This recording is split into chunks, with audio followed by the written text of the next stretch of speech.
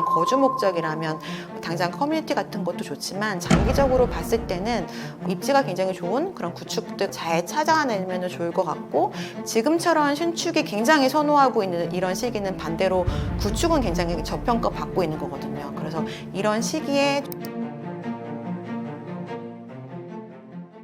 6.27 대책 이후 노후 아파트 구매 전략은 어떤 게 있을까요? 6.27 대책 이후로 구매력이 좀 줄어들게 되니까 아예 그 같은 지역 안에서 좀 더 구축을 보시거나 면적을 줄여가시거나 아니면 지역을 바꾸시거나 세 가지 중에 하나로 전략을 다시 재수립하시는 분들이 계시거든요. 근데 이 중에서도 좀 저는 더 추천해 드리는 거는 입지를 유지하시고 그 안에서 다른 전략을 찾는 걸 가장 추천을 드리긴 해요. 근데 신축 아파트가 또 굉장히 오를 대로 올라서 지금 구축과 차이가 굉장히 많이 나고요. 특히 이제 재건축을 예정한 그런 30년 이상 된 노후 아파트에 비해서도 굉장히 가격 차이가 많이 나다 보니까 최근에 아예 그 노후 아파트, 그러니까 30년이 넘은 재건축 대상의 아파트들은 이미 가격이 많이 올라가고 있습니다. 이재명 정권 들어서면서도 도심에 재정비 사업으로 주택 공급하겠다 그렇게 발언을 하셨기 때문에 이런 거에 대한 완화책이 나오리라고 기대하시는 분들이 미리 이제 새 아파트가 될 재건축을 매입하시는 경우들이 있거든요. 그래서 그런 아예 노후된 아파트들은 이미 가격이 좀 많이 올라간 상황이고요. 노후 아파트가 신축 대비 굉장히 저렴하려면 좀 애매한 구축이어야 되거든요. 한 예를 들어 10년에서 한 15년 사이 정도, 20년 정도까지 이 정도 사이 되는 그런 애매한 구축 아파트들. 왜냐하면 그 정도 연수가 되는 아파트들은 용적률도 어느 정도 받아놓은 상태라서 이게 막 30년이 되더라도 재건축이 되기는 좀 쉽지가 않은 상황이라 그 상태에서 계속해서 뭐 리모델링을 하든가 아니면 그 상태로 거주를 하셔야 되는 경우들이에요. 그리고 아니면 좀 이렇게 나홀로 아파트 같은 세대수가 굉장히 작은 아파트들도 있고요. 그래서 그런 경우도 사실 지역에 따라 조금 다를 수는 있을 것 같아요. 이미 좀 지역이 굉장히 외곽 지역인데 그 안에서 신축되신 노후 아파트를 사게 되면 사실 이제 나중에 이제 거래하기는 굉장히 쉽진 않을 것 같아요. 전세 가격이랑 거의 유사해질 가능성도 있는 거고요. 최근에 저는 이제 동작이나 용산 같이 이제 서울 안에서 중심부에 있는 지역들을 비교해 본 적이 있는데 그런 데를 봤을 때는 신축보다 그 애매한 구축 아파트가 거의 가격이 한 30% 이상은 저렴한 정도의 매물들이 있더라고요. 그리고 동작구 같은 경우도 한 뭐 11억, 12억에서 뭐 14억 정도 되는 그 아파트가 이제 시세로 형성이 되어 있는 곳들이 있던데 그런 데들 중에서도 비교적 이제 대단지인 아파트들 그리고 주변에 뭐 유해환경 없고 초등학교도 있고 막 이런 좀 비교적 입지 좋은 아파트들의 애매한 구축 같은 경우는 매입을 해도 안전할 거라고 좀 생각이 되고요. 이것도 역시 지역이나 주변의 입지들을 좀 따져봐서 좀 달리 결정을 하셔야 될 부분인 것 같습니다. 신축보다 노후 아파트가 더 합리적이라는 말은 일반인들이 듣기에 잘 이해가 안 갈 수도 있을 것 같습니다. 실제로 이익을 창출할 수 있는 전략인가요? 이 부분은 사실 예전에는 굉장히 유효한 전략이었습니다. 왜냐하면 예전에는 그 재건축 대상인 아파트가 평당가로는 가장 높았던 게 일반적이거든요. 그리고 신축보다도 왜냐하면 좀 있으면 이게 신축 아파트가 될 거고 신축 아파트가 되면서 뭔가 더 조합원은 좋은 조건을 가져갈 수가 있었어요. 예를 들어 아파트를 면적을 더 넓은 거를 받으면서도 현금으로 얼마를 더 받는다거나 아니면 뭐 지분이 많은 경우에는 1+1까지도 받을 수 있는 경우들이 있었거든요. 그때는 예전에 지었던 주공 아파트들 있잖아요. 뭐 4층 이하의 이런 아파트들을 재건축해서 뭐 3층 이렇게 지으면 굉장히 세대수도 일반 분양하는 게 많이 나오고 사업비도 굉장히 좀 환경이 좋았기 때문에 시공사 입장에서도 이윤이 많이 남고 그렇기 때문에 조합원에 돌려줄 수 있는 혜택들도 많았는데요. 이제는 같은 조건의 4층 이하의 아파트를 하더라도 일단은 공사비가 너무나 많이 올라서 예전과 같은 컨디션이 되지는 않습니다. 그래서 예전에 그 코로나 시기에 굉장히 부동산 시장이 많이 활성화됐을 때 굉장히 인기 많았던 지역 중에 하나가 이렇게 노도강이라는 말이 나오면서 특히 그 지역에 재건축 대상 아파트를 굉장히 많이 사셨거든요. 근데 이미 기사가 오래전부터 됐잖아요. 예전에는 10억까지도 이제 거래가 됐던 게 그때는 이제 10억에 사도 그 10억에 샀어도 나중에 재건축이 되면은 더 넓은 아파트 받으면서도 현금 받고 막 이런 조건으로 그거를 샀었는데 이제는 그렇지가 않은 거예요. 일단 재건축이 되면은 돌려받는 게 아니라 오히려 부담금을 5억 이상은 내야 된다라는 그런 시뮬레이션 결과들이 많은 언론을 통해서 배포가 되니까 그 지역 아파트가 이제 5억까지 떨어져도 이거를 이제 매입하는 사람이 거의 없는 상황이거든요. 그래서 예전에는 노후 아파트를 사도 오히려 이게 또 굉장히 좋은 재테크의 전략이 될 수 있어서 그거를 몸테크라는 단어로 얘기를 많이 했잖아요. 근데 이제는 사실 노후 아파트가 모두 다 그렇지는 않아서 그것도 옥석 가리기를 해야 되고요. 애매한 구축 아파트 같은 경우는 사실 굉장히 저렴하게 사면 오히려 신축 아파트를 이제 비싸게 사기 힘든 사람한테는 대안이 될 수는 있을 것 같지만 동일한 조건에서 가치 상승을 똑같이 하는 시기가 왔을 때는 그래도 구축보다 신축이 더 많이 올라갈 수 있는 여지는 여전히 있기 때문에 그게 더 좋은 전략이라기보다는 대안이 될 수 있을 것 같습니다. 그렇지만 이게 시간이 많이 흘러서 뭐 20년 이상이 지났다 했을 때는 신축에 대한 키워드가 지금처럼 그렇게 강하게 작용할 것 같지는 않아요. 왜냐하면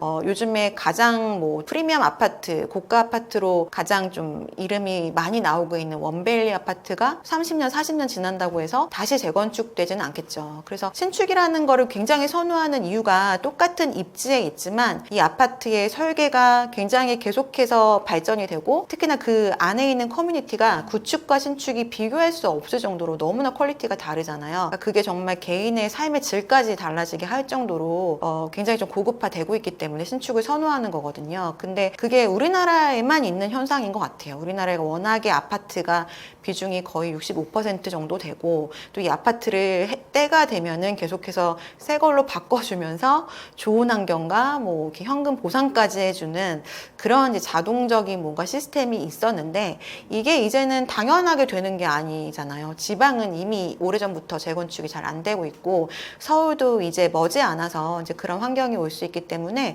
그때는 그냥 아파트의 이런 환경이 계속해서 업그레이드되지 않는 상황이 올 것 같습니다. 그때 되면은 다시 입지로 돌아설 수 있거든요. 그래서 굉장히 가장 좋은 아파트를 사면 좋겠죠. 그렇지만 정말 일부의 사람들한테만 해당이 되는 얘기이기 때문에 내가 그냥 거주 목적이라면 당장 커뮤니티 같은 것도 좋지만 장기적으로 봤을 때는 입지가 굉장히 좋은 그런 구축들 같은 거를 잘 찾아내면 좋을 것 같고 그걸 찾아내는 시점은 지금처럼 신축이 굉장히 선호하고 있는 이런 시기는 반대로 구축은 굉장히 저평가 받고 있는 거거든요. 그래서 이런 시기에 좀 찾아낼 수 있는 그런 좋은 또 기회가 될 수도 있을 것 같습니다. 불과 몇 달 전에 우리는 똘똘한 한 채를 외쳤습니다. 하지만 대출 규제로 그 똘똘한 한 채 전략이 위축된 지금 가성비 노후 아파트가 새로운 대안이 될 수 있을까요? 가성비 아파트를 찾는 팁이 있다면 어떤 게 있을까요? 똘똘한 한 채 전략은 예전엔 이게 뭔가 트렌드였지만 이제는 좀 장기적인 키워드가 될 것 같아요. 주택이 특히나 지금 서울 아파트 가격은 뭐 몇 채나 살 수 있을 정도로 뭐 그렇게 가격이 저렴하지 않고 또 많은 사람들이 대부분의 자산을 정말 다 투입을 해야지 살 수 있는 정도 수준이기 때문에 일단 주택을 통한 뭔가 이런 재테크 이런 것들은 어느 정도 한계에 온 것 같고요. 특히나 또 세제나 이런 부분들이 뭐 어떤 정권 때문에 이게 뭐 종부세도 높아지고 뭐 취득세도 높아지고 하기보다는 이제는 장기적으로 부동산 관련된 세제는 높아질 수밖에 없거든요. 왜냐하면 뭐 계속 고령화되고 있잖아요. 이제는 그 경제 활동을 하는 인구 한 명이 그 노인의 부양비를 감당해야 되는 게 계속해서 늘어나고 있는 상황이고 우리나라가 굉장히 좀 그 신흥 개발도상국으로 선진국이 된 사례이기 때문에 이렇게 계속 축적해 놓은 사회복지 재원도 없잖아요. 그래서 이게 뭔가 세제로 해결을 해야 되는데 사실 지금 모든 세계가 대부분 그렇지만 경제가 더 이상 성장하는 속도가 굉장히 더딘 상황이라 이거를 뭔가 세제를 거둬야 될 때는 자산이 좀 많다거나 특히나 부동산 같은 자산이 사실은 가장 큰 이제 정부 입장에서는 대안이 될 수 있기 때문에 그런 세제를 정권에 따른 게 아니라 언제든지 관리를 하셔야 되거든요. 그리고 그런 부분을 이미 예전에 다주택자분들은 굉장히 인지를 하고 계셔서요. 그 지난 정권에서도 정권이 바뀌었다고 해서 다시 막 주택을 두 채, 세 채 산다는 사람은 거의 보지를 못했어요. 그냥 오히려 그때까지 다주택자이신 분들도 좀 정리를 하거나 뭐 증여하거나 이런 경우들이 더 많으셨거든요. 그래서 앞으로는 똘똘한 한 채, 뭐 똘똘하지 않다 하더라도 그냥 한 채를 갖는 전략이 계속적으로 유효할 수 있을 것 같고요. 그리고 예전에는 지금 부동산 관련된 자산이 대부분 투입이 되고 재테크도 부동산으로 했다면 이게 어느 정도는 금융 쪽으로 분산이 될 것 같아요. 이제는 뭐 우리나라가 국내 주식뿐만 아니라 해외 주식까지도 개개인이 다 자유롭게 많이들 하고 계시기 때문에 집은 이제 한 채 가지고 재테크는 뭐 금융이나 주식 쪽으로 하고 이런 것들이 또 젊은 사람들의 트렌드잖아요. 그래서 이 똘똘한 한 채 전략이라기보다는 앞으로는 그냥 한 채를 사는 것들이 굉장히 대부분의 사람들의 내 집 마련 전략이 될 거라고 이제 보고 있습니다. 그리고 지금 가성비 좋은 노후 아파트를 매입하는 이제 전략 같은 경우는 일단은 자기 그 가능한 금액 범위 내에서 하는 게 가장 중요하니까요. 어디라고 딱 정해두기보다는 내가 주택 구입에 쓸 수 있는 자산을 일단 한번 점검해 보시고요. 그리고 내가 매월 낼 수 있는 원리금 정도가 얼마인지를 먼저 책정을 해보시고 거기에 맞는 적정한 대출이 얼마인지를 계산하시는 게 중요할 것 같아요. 대출이 뭐 6억 제한이라고 해서 굉장히 규제를 심하게 했다라고 생각하지만 사실 원리금 내는 걸 생각해 보면 매월 300만 원 이상씩은 주택담보대출에 이걸 써야 되는 거거든요. 근데 그 300만 원 이후에도 뭐 생활비도 써야 되고 다른 대출 금액도 있을 수 있고 여러 가지 비용들이 많이 나가는데 그걸 300만 원 정도를 내는 게 쉽지는 않잖아요. 그래서 대출을 얼마 받을 수 있는지에 따라서 내가 정책에 끌려다니기보다는 일단 내가 가지고 이제 주택 구입에 쓸 수 있는 게 대출까지 얼마인지를 정확하게 계산하시면 사실 정책에 있어서 이렇게 크게 뭐 패닉바잉이라던가 이렇게 끌려다니지는 않을 수 있거든요. 그래서 이 주택을 다른 자산은 모르더라도 뭐 주식 같은 거는 경우에 따라서 빨리 사고 팔 수 있기 때문에 근데 부동산만큼은 내가 팔고 싶다고 절대 팔리지가 않거든요. 지금도 고생하시는 분들이 너무너무 많으세요. 그래서 그냥 감당할 수 있는 게 제일 중요하기 때문에 금액을 좀 딱 정하시고요. 금액대 안에서 좀 찾아보시되 일단 가장 중요한 건 우선순위는 그 입지를 먼저 보시라고 늘 말씀을 드리고 있고요. 입지 안에서도 그 다음에 줄여야 될 거는 이제 면적인 것 같습니다. 그렇지만 또 면적도 개인에 따라서는 정말 좁게 못 사시는 분들도 있기 때문에 성향에 따라서 내가 뭐 최소한 좀 견딜 수 있는 면적 이런 것들을 좀 한번 고민을 해보시고 그 다음에 이제 그 주택의 전체 세대수를 한번 보시고 그게 다 했는데도 금액이 좀 맞지 않다라고 하시면 좀 외곽 쪽으로 넓혀가면서 지역을 반경을 넓히시면서 그 다음에 찾아보시는 게 중요하고 지역을 옮기실 때는 다른 지역을 보시게 됐을 때는 그 지역 안에서도 가장 좋은 입지를 보시는 게 굉장히 중요한 것 같아요. 그래서 서울도 마찬가지지만 지방도 어느 특정 지방의 그 주택 경기가 살아날 때는 그 지역 안에서 가장 대장 아파트나 가장 좋은 지역부터 가격이 올라가거든요. 예를 들어 울산 같은 경우가 광역시 중에서 지금 상승으로 전환한 대표적인 사례인데 울산이 한동안 되게 안 좋았던 게 관련된 제조업이 굉장히 너무나 안 좋았었고 그리고 인구도 많이 이제 외국인 근로자들 빠져나가고 하면서 인구도 많이 줄어들었고 했었는데 공교롭게 공급이 뭐 코로나 이럴 때 굉장히 없었어요. 그래서 신축이 계속 없고 또 어느 정도 산업도 예전에 그렇게 어려웠을 때보다는 계속 좋아지니까 지역 경제가 또 좀 괜찮아지고 하니까 이제 그 지역 안에 있던 구축들이 살아나기 시작해서 전체적으로도 상승 전환이 됐거든요. 거기도 보면은 가장 그 지역에서 입지가 좋은 그 울산의 무슨 참산동이라던가 뭐 달동 이런 데부터 거래가 됐어요. 그래서 마찬가지로 다른 지역을 보실 때도 그렇게 지역 안에서도 입지에 따라서 조금 넓혀가면서 보시는 게 좋을 것 같습니다. 마용성 이외에도 숨어있는 가성비 지역이 있다면 어디라고 보십니까? 마용성은 이제 가성비라고 부를 수는 없을 것 같고요. 이제 강남 3구 다음으로 굉장히 많이 올랐고 평당 금액으로는 강동구보다도 마용성 3개 지역이 더 비쌉니다. 그래서 강남 3구와 마용성은 이제는 그냥 그 굉장히 선호도가 높은 마용성은 계속해서 그냥 고가 지역으로 이제 좀 굳혀진 그런 느낌이 들고요. 마용성 다음으로 선호도가 있는 데가 아무래도 한강 그 벨트라인에 따라서 뭐 이제 광진구라든가 뭐 동작구, 뭐 양천구, 영등포구 뭐 이런 지역들로 확산이 되거든요. 근데 그 지역들로 봤을 때 지금 현재는 이제 동작구 같은 경우가 가격대가 다른 한강벨트 라인보다 다소 좀 낮게 책정되어 있는 편이에요. 예를 들어 옆에 있는 뭐 영등포구나 이런 지역보다도 평당 금액이 평균 가격은 좀 낮은 편이거든요. 그래서 그 마용성 외에 가성비를 찾는다면은 그런 지역들을 보시면 좋을 것 같아요. 근데 특징이 동작구가 아파트 비중이 굉장히 낮은 편입니다. 그러니까 주변이 아파트가 계속해서 신축이 별로 없었고 그 빌라나 뭐 단독 다세대 다가구 이런 주택들이 좀 많았던 지역이거든요. 그래서 이런 지역들이 뭐 노량진이나 이런 지역도 그렇고 재개발이나 이런 걸 통해서 신축 아파트가 이제 조금씩 늘어나고 있거든요. 그래서 그런 지역들은 아파트가 늘어나면서 전반적으로 신축에 따라서 구축도 어느 정도 가격이 올라갈 수 있는 여지도 생기기 때문에 그런 뭐 동작구 같은 지역이나 아니면 이제 광진구도 지금도 가격이 다소 높긴 하지만 광진구도 그런 재정비에 대한 이슈 이슈들이 좀 있는 지역이라서 그런 지역도 좀 보시면 좋을 것 같고요.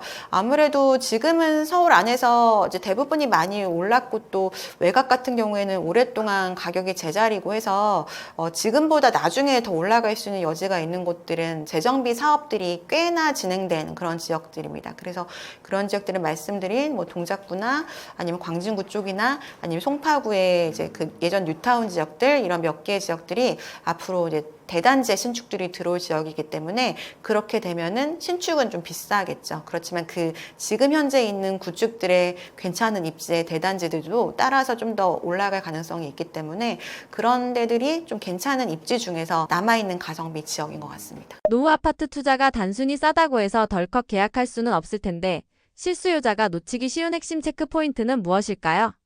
이 노후 아파트도 두 가지로 나눌 수가 있는데 아예 30년을 그 넘어간 재건축 대상의 아파트 그리고 한 10년에서 20년 정도 사이에 애매한 구축 아파트 이렇게 나눠질 수 있습니다.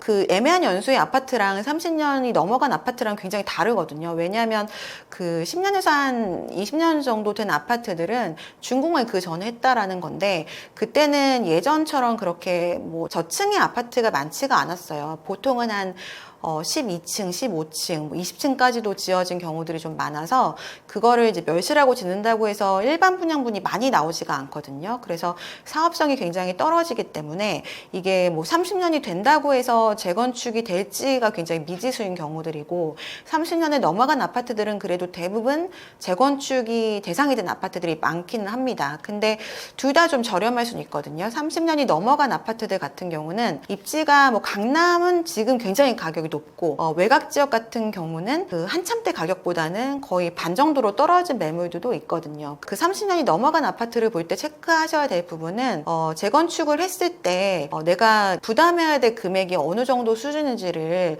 미리 그래도 대충의 바운더리 정도는 알아보는 게 중요하실 것 같아요. 그거는 사실은 확정이 아니거든요. 어디서 뭐 계산하는 식이 있는 게 아니라 그게 언제 이게 본격적으로 진행이 되느냐에 따라서 굉장히 가변적이기 때문에 지금 현재 상태, 현재 컨디션에서의 예상 시뮬레이션 금액 정도를 알 수 있을 뿐이긴 해요. 그렇지만 그거라도 한번 체크를 해보셔야 될 것 같고요. 그거는 또 조합에 따라서 조합원 그 안에서 결정을 하는 거기 때문에 계속해서 가변적이고 법으로 어디 정해져 있는 것도 아니라 주변에 잘하는 공인중개사 찾아가셔서 여기에 대한 의견을 좀 여러분한테 물어보시는 게 좋을 것 같고요. 그렇지 않아 10년에서 20년 정도 되는 구축 아파트 같은 경우는 가성비가 굉장히 좋을 수 있어요. 그렇지만 이거는 재건축이나 리모델링이 될지 안 될지 모르는 거기 때문에 보수적으로 그냥 안 된다고 보고 보셔야 되거든요. 그렇게 된다면 입지 되게 중요하고요. 여기가 그냥 굉장히 살기 좋아야 되는 거예요. 그래서 뭔가 그 재건축이 돼야 좀 획기적인 재테크의 기회가 있다라고 많은 사람들이 생각하기 때문에 그게 좀 불분명하다면 살기가 정말 좋아야 뭐 전세든 매매든 수요가 꾸준하잖아요. 그래서 거주하기 굉장히 좋은 환경인지를 여러 가지 그런 많이들 알고 계시는 아파트에 대한 그 입지 분석을 한번 해보시고 그리고 매물들이 아마 꽤 많이 있을 가능성이 있거든요. 그래서 매물이 아마 5천만 원 정도씩 차이가 나면서 호가들이 많이 올라가 있을 텐데 진짜 사고 싶은 생각이 있으시다면 부동산들 좀 많이 다니시면서 임장해 보시면서요 저가로 매물을 사는 게 제일 중요합니다. 우리가 그냥 시간 지나면 굉장히 크게 올라갈 수 있는 시기가 지났기 때문에 매입 가격이 되게 중요하거든요. 뭐 주식과 비교할 건 아니지만 주식도 평단가가 중요하잖아요. 그래서 주식은 이렇게 나눠서 분할 매수하라 이런 얘기 많이 하잖아요. 근데 주택은 분할 매수는 할 수 없기 때문에 그냥 그 매입하는 금액이 일단 저렴해야 내가 그만큼 안전 마진 또는 안전 매각 금액 정도의 폭을 확보할 수 있는 겁니다. 그래서 일단 시세를 쫙 보시고 이게 어떤 추이로 흘러가는지를 좀 지켜보시고 그럼 뭐 이 정도 금액이면 살만하다라는 매물이 나올 때가 있을 거예요. 그래서 그럴 때 한번 매입을 하시는 걸 추천을 드리고요. 그리고 여러 가지 어플들이 있잖아요. 요즘엔 네이버 부동산도 그렇고 무슨 웬만한 아파트 관련된 어플 들어가시면 뭐 10년이나 그 아파트 분양했을 때부터 지금까지 그 실제 거래된 금액의 이런 추이 같은 것들을 그래프로 볼 수 있는 그런 환경들이 다 되어 있잖아요. 그래서 그런 것들 한번 확인하셔서 최고가였을 때는 얼마였는지 그리고 저가였을 때는 얼마였는지도 참고하셔가지고 금액에 대한 좀 어느 정도 매입할 수 있는 금액을 스스로 좀 결정해 보시는 것도 중요할 것 같습니다. 2025년 하반기 및 2026년 상반기 부동산 전망은 어떻게 보시나요? 사실 언론에 나오는 거는 올라가는 지역만 많이 나오잖아요. 뭐 어떤 아파트가 한꺼번에 뭐 30억 올랐다, 뭐 100 몇십억에 팔렸다, 이런 기사가 너무 많이 나오니까, 저희는 이제 회사의 특성상 지방에 많이 가거든요. 근데 지방에 가면 굉장히 정말 표정이 안 좋으세요. 뭔가 이런 거에 대한 세미나나 강연 같은 걸 할 때 사례를 들어서 말씀을 드려도 정말 웅성웅성 거리시거든요. 정말 남의 나라 얘기고 아파트 한 채가 무슨 100억이 넘냐, 정말 말도 안 되는 얘기라고 많이 이제 생각하세요. 그만큼 사실 전국의 모든 주택시장을 만약에 언론에서 다룬다면 사실 이런 얘기가 나올 수 없거든요. 지금 2022년 하반기부터 지금까지 계속 그냥 하향 안정세, 하향 보합세예요. 그래서 이렇게 주택시장이 이슈화될 일이 없는 정도로 굉장히 지금은 별 그 금액에 대한 차이 없이 굉장히 오랫동안 이렇게 장기 침체되고 있는 거고, 오히려 뭐 대구 경북 같이 공급이 많았던 지역들은 그때부터 지금까지 2022년 하반기에 팔려고 내놨는데 2025년 하반기까지 안 팔리는 주택이 대부분이거든요. 오랫동안 거래도 안 되고 그 와중에 이제 준공이 다 됐는데도 계속해서 분양이 안 되는 곳들도 많아서 건설사들도 더 이상 수주를 하지 못하고, 이런 게 정말 너무나 차이가 많이 나고 있는 지금 상황입니다. 그래서 지금 굉장히 급등하고 있고 많이 올라가는 거는 정말 서울의 다도 아니고 서울의 몇 개의 그 구만이 이렇게 급등했다가 낮아졌다 하는 거예요. 그렇지만 어쨌든 그 지역이 전체 시장을 견인하는 게 그 지역들이 너무나 크게 올라가니까 서울은 계속해서 플러스고, 그리고 서울이 워낙에 이제 주택도 많고 시장을 좀 굉장히 견인하고 있으니까 전국에 대한 수치도 플러스로 전환할 때가 굉장히 많았어요. 그래서 전망을 이제 전체적으로 봤을 때는 별다를 거 없이 뭐 올해나 내년까지도 지금과 같은 기조가 이어질 것 같아요. 그 얘기는 지방도 뭐 특별한 이벤트가 없으면 거래가 활성화되긴 사실 쉽지 않은 상황이고, 서울의 외곽 지역도 마찬가지인 상황이거든요. 그치만 그 서울의 몇 개의 그 지역들, 계속해서 그 과열됐던 그 지역들 같은 경우도 떨어질 이유가 또 별로 없어요. 왜냐하면 전국의 자산가들이 다 그 지역을 보고 있거든요. 그 지방에 계시는 분들이 그 제가 상담했던 사례인데, 그냥 당연히 어느 정도 매입할 수 있는 여력이 있으신 분들이 올라오시는 거잖아요. 반포에 가장 유명한 아파트를 매입을 하셨는데, 전라도에 사셨던 양쪽이 다 의사인 부부가 현금 흐름이 굉장히 많으셨죠. 이제 와이프 되시는 분은 병원을 아예 서울에서 개업하셨고, 남편 되시는 분은 이제 병원 이제 급여 받으시고 의사 생활 하시는 분이셨는데, 어쨌든 대출을 굉장히 많이 받아도 상환할 여력이 굉장히 많으니까 이제 강남으로 아예 올라오셔서 매입을 하시는 경우들도 있고요. 이런 분들은 대출을 이제 많이 끼고도 거의 100억이 육박한 아파트를 사시기도 하고, 또 지방에 계시는 자산가 분들이 제가 막 10년 전에 뵀을 때는 서울 아파트나 뭐 서울 부동산 얘기를 꺼내면 굉장히 막 화내셨거든요. 우리 동네 부동산 많다, 왜 내가 서울까지 관리도 어려운데 그걸 사냐 하셨던 분들이 이제는 전화하셔서 우리 이제 아들이 뭐 서울에 있는데 이제 결혼할 때 돼서 아파트 사줘야 될 것 같다라거나, 아니면 이제 학교 다니고 있는데 오피스텔에 전세 살고 있다, 근데 그 오피스텔을 지금 뭐 몇천만 원만 더 주면 살 수 있는데 그거라도 뭐 서울에 사야 되냐, 이런 질문들이 많으시거든요. 그래서 전국에 어느 정도 여력 되시는 분들이 다 똑같은 지역을 지금 이제 사시려고 하니까 당연히 계속 올라갈 수밖에 없는 거예요. 근데 그 지역들이 또 공급이 계속 나오지가 않으니까 그 지역들의 가격들은 전국의 자산가 분들 덕분에 계속해서 올라가는 상황이 연출될 것 같습니다. 그래서 정부 정책이 굉장히 중요할 것 같은데요. 아직은 정책이 여기와 관련된 게 나오기 전이거든요. 그래서 굉장히 중요한 거는 서울의 공급도 중요하지만 사실 공급은 그렇게 지금과 같은 상황을 이렇게 역전시키기에는 좀 한계가 있을 수 있거든요. 왜냐하면 공급이 이제 시작이 된다 하더라도 뭐 이게 인허가 되고 착공되고 입주까지 이어지려면 굉장히 오랜 시간이 걸리기 때문에 이 기간이 좀 확실해질 때까지는 계속해서 불안정할 수는 있어요. 그래서 공급 정책도 물론 중요하지만 지방에 계시는 분들이 그 지방에 있는 지역에 있는 부동산을 내 집 마련의 그 방법으로 생각할 수 있도록 그 지역을 좀 활성화시키는 게 무엇보다 굉장히 중요할 것 같아요. 그래서 정말 그게 큰 숙제이긴 한데 지역 경제를 일단 활성화시켜야 수요가 좀 분산될 수 있고 인구도 좀 분산이 될 수 있어서 그런 것들이나 아니면 서울의 이제 뭐 공급 같은 것들이 정말 정책이 잘 나오고 여기에 대한 게 현실적으로 정말 좀 빠르게 진행되는 걸 체감한다라고 한다면 지금은 사실 사실 당장 필요한 집이라기보단 장기적으로 내가 죽을 때까지 안전하게 거주하고 혹시라도 팔고 싶을 때 팔 수도 있는 주택들을 찾는 거거든요. 그래서 사실은 기다려도 되는 걸 지금 당장 매입하려는 수요들이 같이 몰리고 있는 시점이기 때문에 좀 더 기다릴 수 있는 그런 믿음을 줄 수 있는 정책들이 나와주면은 여기에 대한 게 좀 점차 변할 수는 있을 것 같습니다. 제가 사실은 여기 있는 인구 충격 부동산 대변혁이라는 책을 올해 4월에 출간을 하고 오늘 여기도 이제 나올 수 있는 그 계기가 되는데요.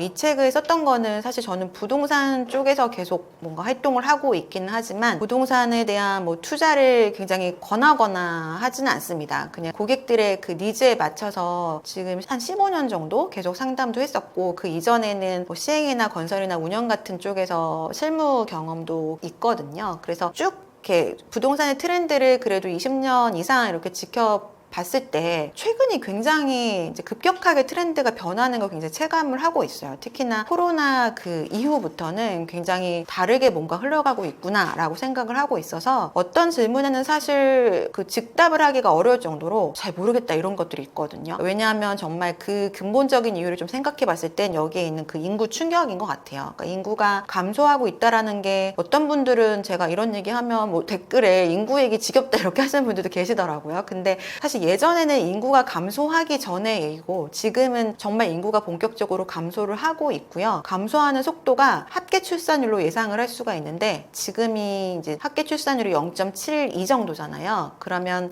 이제 100명이 50쌍의 부부가 100명이 다음 세대가 되면은 아이를 100명이 36명을 낳는 거거든요. 그러니까 100명이 36명으로 줄어들게 되고 36명이 지금 현재 출산율 목표가 1인데 그거를 달성한다 하더라도 18명이 되는 거예요. 그럼 지금의 100명 인구가 손자 손녀 그 시대가 되면은 18명으로 줄어들게 되는 겁니다. 거의 뭐 20%도 안 되는 수준으로 줄어들기 때문에 예전 같은 그런 마인드로 부동산 시장을 이제 대하거나 무작정 뭐 부동산 불패, 뭐 강남 불패 이렇게 하는 건 너무나 구시대적인 발상인 것 같고 또 하나는 지금의 자녀들은 굉장히 어르신들과는 세대 차이가 거의 외국인 수준으로 나거든요. 예전 분들은 거의 우리 할머니 할아버지 뻘 되는 분들은 아예 빈곤 국가에서 살았던 세대고 그 다음 세대이신 세대들은 우리나라를 이렇게 일으키신 개발도상국에서 사셨던 세대라면 지금의 아이들은 선진국에서 자라난 세대라 주택을 바라보는 시선이 굉장히 다르더라고요. 두 부류로 나눌 수가 있는데 한 부류는 완전히 투자나 투기 목적으로 보는 어린 친구들이 있고 한 부류는 아예 주택은 그냥 아예 그냥 임차로 살 거야 하고 그 주식 쪽이나 금융 쪽에 관심을 갖거나 아니면 다른 뭐 취미나 이제 본인 좋아하는 것들에 집중을 하는 경우들이 있더라고요. 그래서 이런 거에 좀 대비를 하려면 일단 인구 구조나 이런 거에 대해서 알아야 되고 그리고 부동산 트렌드가 요즘에 어떻게 흘러가는지를 알아야 그 뒤에 뭔가 정책 얘기를 하든 무슨 이슈가 발생을 하든 그 기본적인 이 지식 베이스 안에서 해석을 할 수 있을 거라고 생각이 돼서 기본적인 얘기들을 좀 다뤘고요. 뭔가 내가 정말 뭐 부동산 투기 이런 거 해라 이런 거를 듣고 싶다면